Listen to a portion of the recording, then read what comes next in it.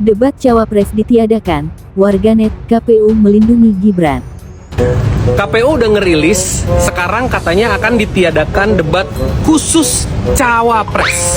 Padahal tahun 2019 ya, itu ada 5 kali debat, ada 2 kalau nggak salah yang Cawapres doang, ada 2 yang Capres doang, ada 1 yang mereka bersama. Tapi sekarang katanya debat Cawapresnya doang itu bakalan dihilangin. Jadi nanti debatnya bakalan berdua tuh, Cawapres pasti ditemenin sama Capresnya. Kira-kira kenapa ya?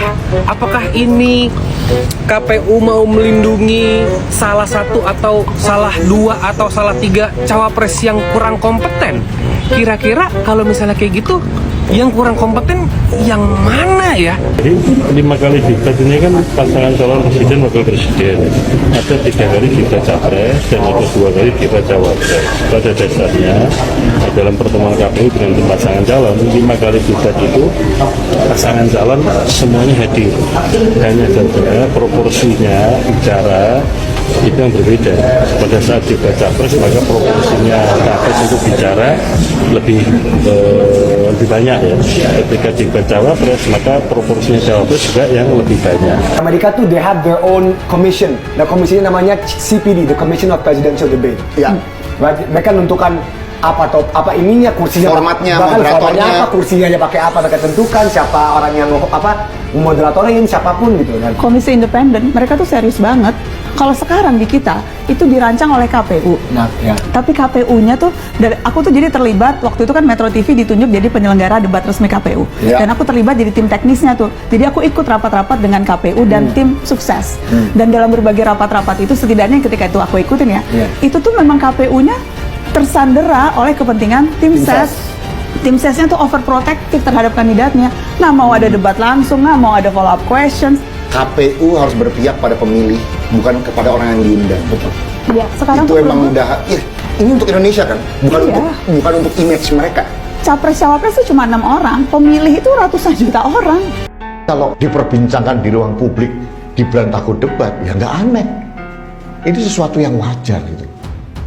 Mana mungkin dia berani menghadapi seorang Ganjar yang sudah 10 tahun memimpin Jawa Tengah, menjadi anggota DPR, juga pernah menghadapi Mahfud MD misalnya, pernah menjadi ketua MK, anggota DPR, menteri ini, menteri itu, atau Caimin misalnya, yang pernah menjadi menteri, pernah menjadi ketua umum partai sekian puluh tahun, atau menghadapi Anies Baswedan yang paling pinter menata kata. Gibran akan dikunyah mentah-mentah. Jadi inilah resiko yang harus dihadapi oleh timnya Pak Prabowo dan Gibran. Kenapa? Tidak bisa Gibran itu setiap saat selalu terlindungi dengan jaket Jokowi. Itu dari calon yang memang meminta. Dan bukan pasangan kami, bukan pasangan nomor 2. Udahlah, nggak usah kebanyakan alasan. Mau bikin alasan apapun, masyarakat nggak bakal percaya gitu loh. Mau sebelumnya sudah banyak bukti. Paslon yang paling sering menghindari dialog dan debat terbuka cuma paslon nomor 2 yang sering nggak hadir ketika diundang debat ataupun dialog, kan cuma paslon nomor 2. Jadi mau bikin alasan apapun nggak bakal mungkin bisa gitu loh. Masyarakat percaya nggak bakal percaya, masyarakat mau bikin alasan apapun gitu. Sangat mengenaskan sebetulnya. Tapi bagi saya inilah risiko, harga yang harus dibayar oleh keluarga Jokowi dan tim Pak Prabowo harus menerima orang hasil produksi instan, hasil produk yang cacat moral dan cacat etika, ya seperti ini. Akibatnya ya debat ya jangan salah. Kalau nanti dia bekerja pasti timnya yang bekerja lah. Seperti sekarang nih saat dia menjadi wali kota Solo. Jadi saya tidak ingin membuat fitnah, tapi inilah fakta yang harus saya ungkapkan di ruang publik. Memang Gibran tidak berkemampuan membangun narasi di ruang publik. Kemampuan komunikasi publiknya sangat-sangat rendah. Bandingkan dengan bupati yang muda-muda atau anak muda yang menjadi gubernur, atau wakil gubernur atau siapapun, Gibran jauh dari kriteria itu. Saya ini pernah jadi ketua KPU Kota Semarang untuk pemilu tahun 2004. Itu setelah itu ada Pilkada Kota Semarang tahun 2005. Saya tahu dan saya ngalamin betul. Ada yang mencoba untuk mengintervensi kita supaya panelisnya jangan yang berat-berat, debatnya biasa-biasa aja. Padahal debat yang dimaksud itu adalah untuk mengukur sampai sejauh mana para calon itu memahami persoalan-persoalan. Sehingga masyarakat di situ menentukan, oh ternyata ini bisa. Kalau sekarang kemudian debat cawapres itu ditiadakan, wah nggak asik. Karena yang rame itu ditunggu oleh masyarakat banyak adalah debat cawapresnya. Kalau begini, itu namanya KPU nggak asik.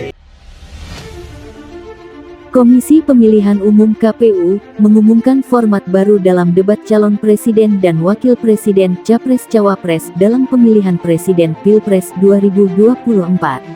Nantinya, setiap pasangan Capres-Cawapres akan menghadiri seluruh sesi debat. Debat Capres bakal digelar 3 kali, sedangkan debat Cawapres 2 kali. Tak ada lagi debat khusus Capres atau Cawapres. Ketua KPU Hasyim Asyari menyebut kebijakan itu dibuat agar pemilih dapat melihat sejauh mana kerjasama yang dibangun antara Capres dan Cawapres. Sehingga kemudian publik makin yakinlah teamwork antara Capres dan Cawapres dalam penampilan di debat, kata Hasyim saat dikonfirmasi, Jumat, tanggal 1 Desember tahun 2023. Meski setiap pasangan calon menghadiri kegiatan debat, yang menjadi pembeda pada debat Pilpres 2024 adalah porsi bicaranya. Pada saat debat Capres, maka proporsi bicara untuk Capres akan lebih banyak. Berbeda dengan format Pilpres 2024, format debat pada Pilpres 2024 berbeda dengan Pilpres 2019.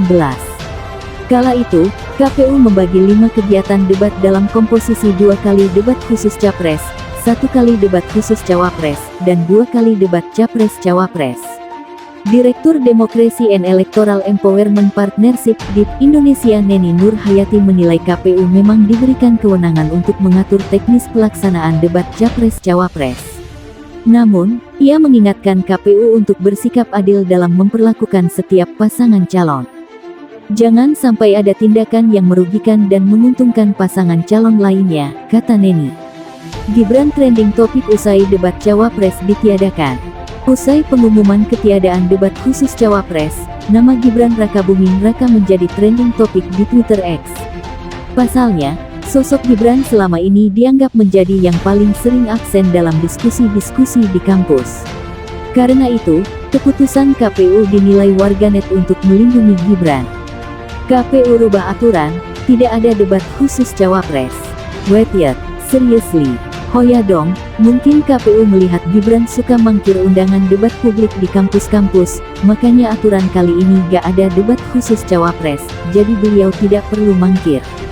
Uka-uka lo deh, cuit seorang netizen. KPU melindungi Gibran yang takut debat. Kenapa Gibran takut debat? Timpal netizen lain. Loh. Setelah MK putusan dimanipulasi, sekarang aturan di KPU juga diubah agar Gibran tak perlu debat khususkah? Tanya salah satu akun. Keputusan KPU meniadakan debat Cawapres adalah bukti nyata bahwa lembaga ini hanya bekerja untuk kepentingan Gibran dan bapaknya. Ini adalah bentuk pengkhianatan kepada seluruh bangsa Indonesia kecuali pendukung Prabowo Gibran, komentar akun.